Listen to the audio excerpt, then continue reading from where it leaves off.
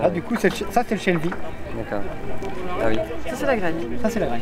Quand on fait pour l'isolation des murs, c'est du chanvre. Une plante de vallée, donc du sable dans la vallée, Ah, ça oui. lui suffit. Et ça lui suffit. Pas de traitement, aucun traitement. Non. Le traitement, il n'y a pas besoin, puisque en fait, c'est une plante qui semée en 3 jours. Elle lève et déjà, elle recouvre le terrain. Donc déjà, elle supplante toutes les autres plantes qui peuvent être autour. Elle est plus rapide que tout le monde. Voilà. Et un coup qu'elle a monté, bon, bah, c'est bon. Hein, donc, Ça sème elle recouvre le terrain. comme le blé, non? Non, moins fort. Ouais. Moi je suis petit, hein, je suis 1m70. Là, elle fait 1m90 là. Là, cette année, elle fait 4m65. Donc, mais généralement, c'est une plante qui fait 2m50 de haut. Cette plante, il faut en récupérer la filasse. La filasse, c'est la partie écorce. Et là, on se rend compte qu'aujourd'hui, la plante, elle est verte. Hein, je viens de l'arracher là. Vous en avez dans les pots qui sont à l'entrée. Hein. Cette plante, quand elle est verte, c'est impossible vraiment à séparer la filasse et à récupérer la fibre. Que quand elle est verte, en fait, tout se lie. En fait, ça veut dire qu'il faut la mettre dans l'eau pour la faire pourrir. Et c'est ce qui s'est passé là, lundi dernier. Le chanvre a été coupé, enfin une partie du chanvre a été coupée. On en a mis dans l'eau, on l'a mis dans l'eau pendant une semaine. On l'a sorti ce matin, donc il est en train de sécher là. Ce qui va se passer, c'est que après on va l'étendre. Une fois d'un côté, une fois de l'autre. Donc ça veut dire 72 heures. 24 heures comme ça en tourette. 24 heures d'un côté, 24 heures de l'autre. Donc 72 heures. Au bout de 72 heures, le chanvre aura séché, aura blanchi, aura perdu de son aspect vert, la chlorophylle. Et ensuite, l'hiver, il va falloir le travailler. Le travailler, c'est le faire sécher dans les fours. Donc là, on a un four nucléaire, hein, un four électrique. C'était pas ça à l'époque. C'était soit un four à coque ou les fours à bois, comme les fours de boulanger, hein, mais en plus grand. Le chanvre, quand il est sec, on peut le casser. Et là, du coup, c'est ce qui se passe là, qui est passé dans le four. Et là, du coup, beaucoup plus facile. Ça n'a plus rien à voir. Hein. Tout à l'heure, je galérais pour essayer d'enlever la filasse. Là, même toi, tu peux y arriver. Vas-y, casse la plante. Vas-y, casse-la. Facile. Facile. Hein. Et je t'ai pas fait essayer l'autre. Hein. Je suis sympa. Donc là, et c'est vraiment l'écorce qu'on récupère. Le reste, c'est les guerres. C'est pour faire, on va dire, une litière, hein, du paillage à l'époque. Mais on ne le récupère pas. Ce qu'on récupère, c'est la filasse. Et la filasse, elle est là. Elle a plusieurs moyens. Le taillage à la main, le broyage à la braie. Donc là, il y en a qui sont en train d'essayer de casser la plante là, à la braie. Le broyage avec les braies mécaniques. Donc on voit pas tout, mais il y a 6 rouleaux. 3 rangées de 2 sur 2. Donc on voit là. Le chanvre rentre dans la braie, ressort de l'autre côté, il a été cassé, concassé. Quand c'est pas assez, on le repasse. Il passe 2 ou 3 fois en fonction de la qualité du chanvre. Et derrière, il y a un lisseur qui permet de faire tomber les dernières guertes qui peuvent être accrochées à la plante. Et l'agriculteur chanvrier, en fait, vend de la filasse. Il vend des poupées de filasse. Et avec ces poupées de filasse, eh bien l'industrie cordière va faire des cordages derrière. Alors, il faut le peigner, il y a des peignes de l'autre côté, là, vous verrez tout à l'heure. Et avec ça, on peut faire des fils. Parce qu'un fil, c'est des fibres qu'on va associer les unes aux autres. Pour faire un gros fil, bah, il faut associer des fils sur la longueur. Hein. Et c'est comme la laine, pareil. Voilà.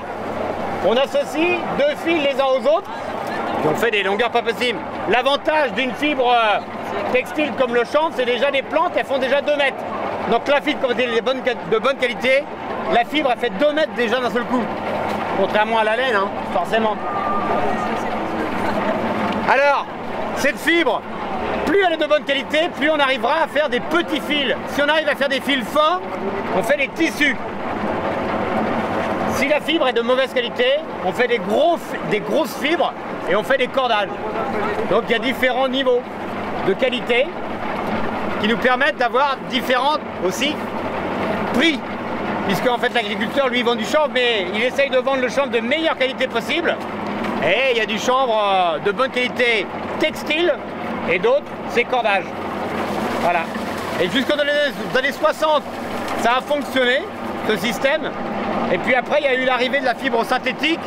Et la fibre synthétique a supplanté la fibre chanvre, la fibre textile.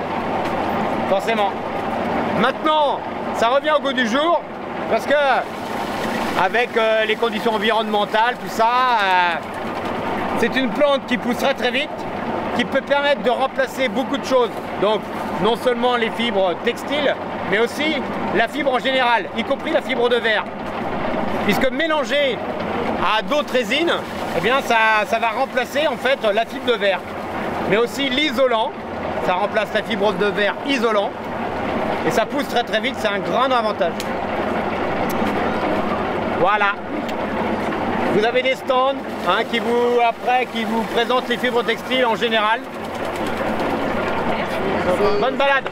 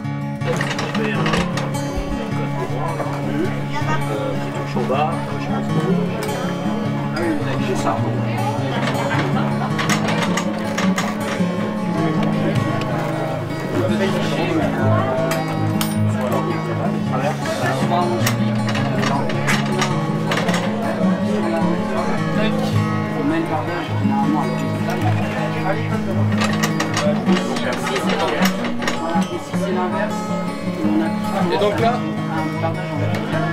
on recommence comme au début. C'est la rénovation, c'est les joies de la rénovation. On sépare notre ficelle. On ne sait jamais comment on va faire.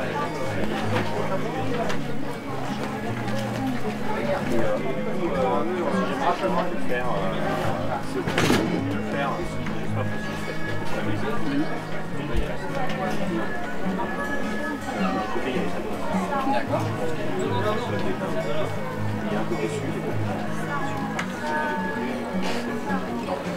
On utilise le cochoir, un appareil à 4 encoches qui permet de séparer les 4 paires de brins, les paires qui vont former des torons.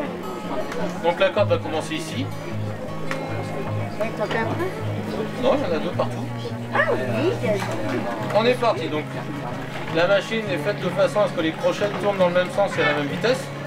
Donc vous voyez, les brins se torsadent 2 par 2. La torsion qui va faire perdre 1/3 de la longueur. Donc en fait c'est une façon de savoir à quelle distance mettre le crochet au début pour avoir une longueur finale.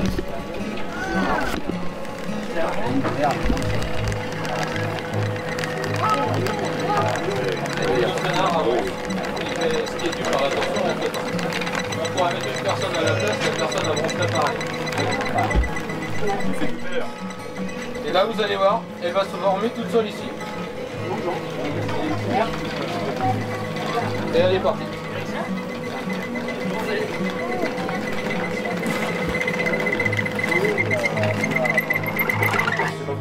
Donc, la première étape de la corde est finie. Du côté du crochet, vous voyez, on peut défaire, tout est torsadé, même si on tourne, elle ne se défera jamais, sauf si on la coupe. Et je pense que le jour où on fera,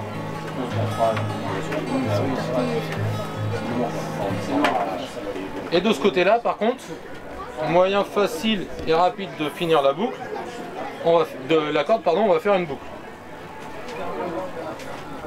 Donc pour cela, hop, j'utilise l'épissoir pour écarter ma corde en deux.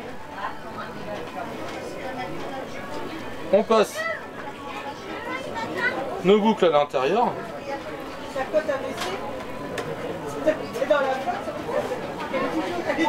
Tac.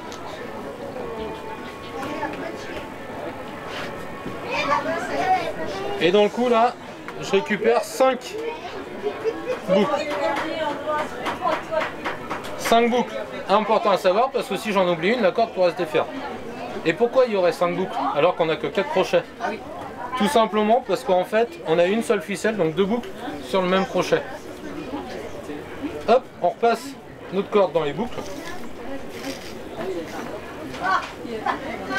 Et on vient resserrer. C'est mécanique.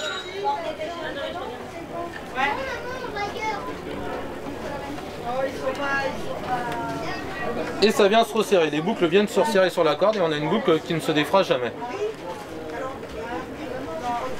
Et vous avez une corde d'environ 2 mètres qui a une bonne résistance à la traction qui peut servir à tout ce qu'on veut. Corde à sauter, des sangles pour déménager, enfin porter ce qu'on veut. Donc voilà. Voilà une corde de fête. Et donc pour l'association c'est 2 € la petite corde.